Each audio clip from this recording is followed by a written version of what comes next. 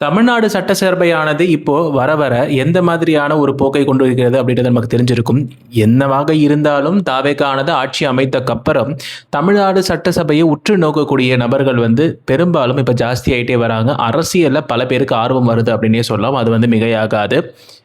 இந்த இடையில ஒரு மிக முக்கியமான விஷயத்தை நம்ம கவனிக்க வேண்டியிருக்குது. அதாவது நாம் தமிழர் கட்சியை சார்ந்த சாட்டை துரைமுருகன் அவர்கள். இவர் என்ன பண்ணியிருக்காரு அப்படின்னு பார்த்தீங்கன்னா, சமீபமா நமக்கு பொதுவா தெரிஞ்சிருக்கும் தாவேகாவை தாக்கி பேசுறது அப்படின்றது இது பொதுவான விஷயமாக இருந்தாலும், இவருடைய பேச்சுக்களும் நாம் தமிழருடைய ஒருங்கிணைப்பாளரான சீமான் அவர்களுடைய பேச்சுக்களும் எப்பொழுதுமே ஒரு ஈர்க்கக்கூடிய தன்மையை கொண்டது.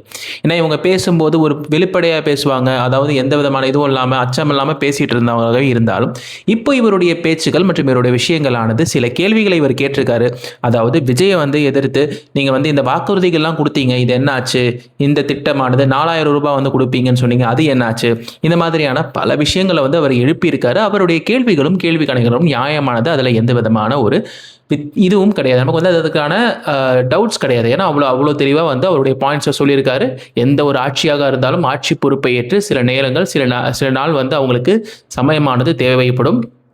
அதையும் மீறி இதில் கேள்விகள் இருந்தால் அதை நம்ம ஆக்கப்பூர்வமான வகையில் எடுப்பது நியாயமானது.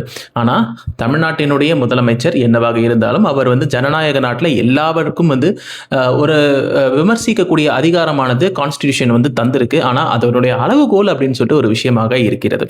ஆனால் இந்த ஒரு ஹேட் அப்படின்றது பொதுவாக எல்லா விதமான தலைவர்களுக்கும் இருந்திருக்கு. அது திமுகவினுடைய முன்னாள் முதலமைச்சராக இருந்த தலைவர் கலைஞர் அவர்களுக்கும் இருந்திருக்கு, அது ஜெயலலிதா அம்மையார் அவர்களுக்கும் இருந்திருக்கு, மு.க. ஸ்டாலினுக்கும் இருந்திருக்கு. எல்லாருக்குமே அந்த ஹேட்ரட் இருந்திருக்கு, ஒவ்வொரு கட்சி சார்பாக இருந்திருக்கு. ஆனால் சாட்டை துரைமுருகன் அவர்கள் பேசக்கூடிய விஷயங்கள் பார்க்கும்போது முதலமைச்சருடைய உட்காரக்கூடிய அந்த ஸ்டைல், அவர் பேசுறது ஒரு மாதிரி தூங்கி வழிகிறது, வாயில வழியுது, இந்த மாதிரியான அநாகரிகமான வார்த்தைகளை உபயோகப்படுத்துறது அந்த அளவுக்கு ஆரோக்கியமான அரசியலானது நிச்சயமாக கிடையாது.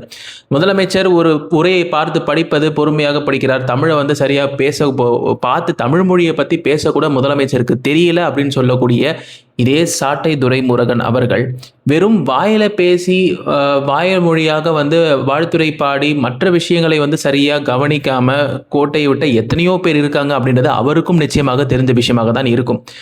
தமிழ் மொழி மேல பற்று கொண்டவங்க நிச்சயமாக தமிழ் மொழியை நல்லபடியாக பேசணும், அது கட்டாயம்தான். ஆனால் அதற்காக ஒரு விஷயத்தை தொடங்கி அந்த ஆட்சியை பிடித்து தன்னால் இயன்ற வரைக்கும் தன்னுடைய பெஸ்ட்டை கொடுக்க ட்ரை பண்ணிட்டு இருக்கவர் தான் தவேகாவை சேர்ந்த நம்மளுடைய முதலமைச்சரான திரு தளபதி விஜய் அவர்கள்.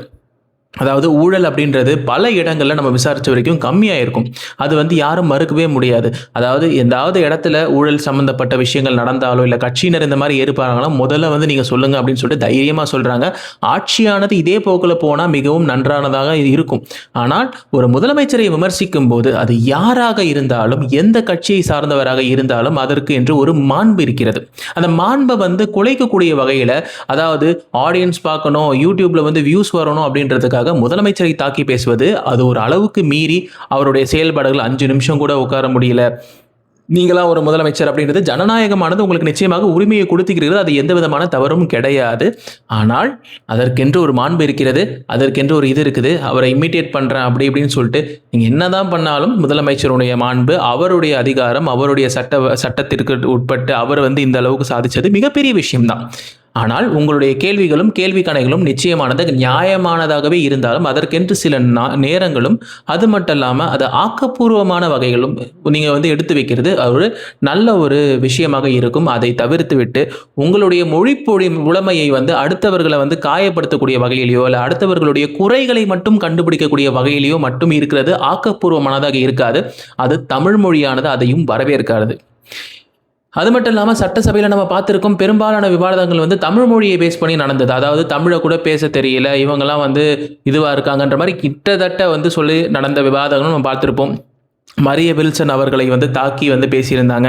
அதற்கு அவர் கோவப்பட்டதும் அதற்கு ஆப்போசிட் பார்ட்டி, அதாவது டிஎம்கேல இருக்கக்கூடிய முன்னாள் அமைச்சரான திரு ஏவா பேலு அவர்கள், நாங்கள் அதை மீன் பண்ணல, அவருடைய ஜேபிஆர் அவர்களுக்கு இவர் மாப்பிள்ளையான காலத்திலிருந்தே தம்பியை நமக்கு தெரியும், ஆனாலும் அவருடைய தமிழானது அந்த அளவுக்கு அவரால் டக்குன்னு பேச முடியலன்னா அவர் பெரும்பாலும் ஆங்கிலத்தை முதன்மையாக கொண்டு ஆங்கில வழி கல்வியில் மிகவும் பெரும்பான்மையான நாட்களை செலவழித்ததுனால அவரால் வந்து அது அந்த அளவுக்கு பேச முடியல அப்படின்றத நாங்கள் ஏற்றுக்கிறோம்.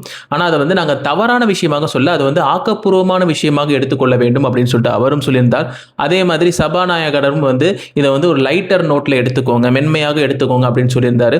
ஆனாலும் இது வந்து அவரும் என்னதான் நிதானமாக இருந்தாலும் சில நேரங்களில் மனிதனுடைய இயல்பு அப்படின்றது தன்னுடைய குறைகளை வந்து குத்தி காட்டும் போது உணர்ச்சி வசப்படுவது அப்படின்றது இயல்பு. அது வந்து எல்லா நேரத்திலும் ஒரே மாதிரி இருக்க முடியாது.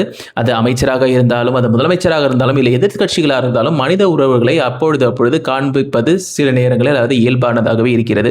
ஒரு குறையை நமக்கு சொல்லும்போது அது ஆக்கப்பூர்வமான விஷயமாக இருந்தால் அதை மென்மையாக சொல்லி அவங்களை காயப்படுத்தாத வகையில் சொல்லும்போது அந்த குறைகளை அவங்க திருத்திக் கொள்வதற்கான வாய்ப்புகள் இருக்கிறது.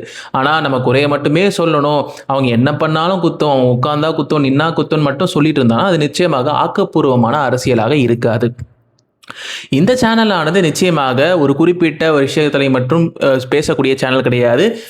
ஒரு கால் செய்யக்கூடிய தவறுகள் அது யாராக இருந்தாலும் நிச்சயமாக இந்த சேனலானது தன்னுடைய கருத்துக்களை தெளிப்பதில் எந்த விதமான குந்தகமும் இல்லாத வகையில் செயல்படும் என்பதை நான் தெரிவித்துக் கொள்கிறேன். ஆனால் ஒரு ஆக்கப்பூர்வமான அரசியலை மேற்கொள்ள வேண்டிய நாம் நிச்சயமாக தவறான பாதையில், அதாவது ஒருத்தரை காயப்படுத்துவதை மட்டும் நோக்கமாக கொண்டு ஒருத்தரை வந்து என்ன பண்ணாலும் அவங்க வந்து குற்றம் மட்டும்தான் கண்டுபிடிப்போம் அப்படின்ற மாதிரி இல்லாமல் ஆக்கப்பூர்வமாக செயல்படுவது நன்று. ஏன்னா நமக்கு நிச்சயமாக தெரிஞ்சிருக்கும், திருமதி பிரேமலதா விஜயகாந்த் அவர்கள் முதலமைச்சர் வந்து ஒரு கோட் சொல்லியிருந்தாரு. நான் வந்து இந்த மாதிரி வந்து காவேரி சம்பந்தப்பட்ட பிரச்சனைக்காக வேறு மாநிலத்துக்கு செல்ல வேண்டிய சூழ்நிலையில எனக்கு அவமானங்கள் ஏற்படலாம், ஏற்பட்டா என்ன அப்படின்னு நினைக்கும் போது பரவாயில்ல, நம்மளுடைய மக்களுக்காக நான் வந்து இந்த அவமானத்தை வந்து சகிச்சுக்க தயாரா இருக்கேன்னு நம்ம சொல்லும் போது, உங்களுக்கு ஒரு அவமானம் ஏற்பட்டா அதை வந்து நாங்கள் பார்த்து கொண்டு சும்மா இருக்க மாட்டோம், உங்களுக்காக நாங்கள் ஒட்டுமொத்த தமிழகமும் நிற்போம் அப்படின்னு சொல்லிட்டு அவர்கள் எதிர்கட்சியினுடைய ஒரு பொறுப்பில் இருந்தாலும், அதாவது திமுகவினுடைய கூட்டணியில் இருந்தாலும் அந்த ஒரு கருத்தை வந்து ஆக்கப்பூர்வமான கருத்தை வந்து தெரிவிச்சிருந்தாங்க. அவங்க மட்டும் இல்லாமல் அதிமுக, திமுக போன்ற பல கட்சியினரும் சில விவாதங்களில் வந்து இப்போ பார்க்கும்போது கொஞ்சம் ஆக்கப்பூர்வமான வகையில் போகிறது அப்படின்றது ஒரு நல்ல நடைமுறையாக தான் பார்க்கப்படுகிறது. இருந்தாலும் சில கருத்துக்களை நாம் தெரிவிக்கும் போது யாருடைய மனதும் பெரும்பாலும் புண்படாத வகையில் அவர்களும் அந்த கருத்துக்களை ஏற்றுக்கொள்ளக்கூடிய வகையில், அவர்களுக்கு புரியக்கூடிய வகையில் ஒரு மென்மையான நோட்டில் சொன்னால் அது வந்து நன்றாக இருக்கும் அப்படின்றது இந்த சேனலுடைய கருத்து. இந்த மாதிரியான நியூஸ், செய்திகள் மற்றும் ட்ரெண்டிங்கான டாபிக்ஸ்க்கு இந்த சேனலை சப்ஸ்கிரைப் பண்ணி பெல் ஐக்கானை கிளிக் பண்ண மறந்துடாதீங்க. நன்றி.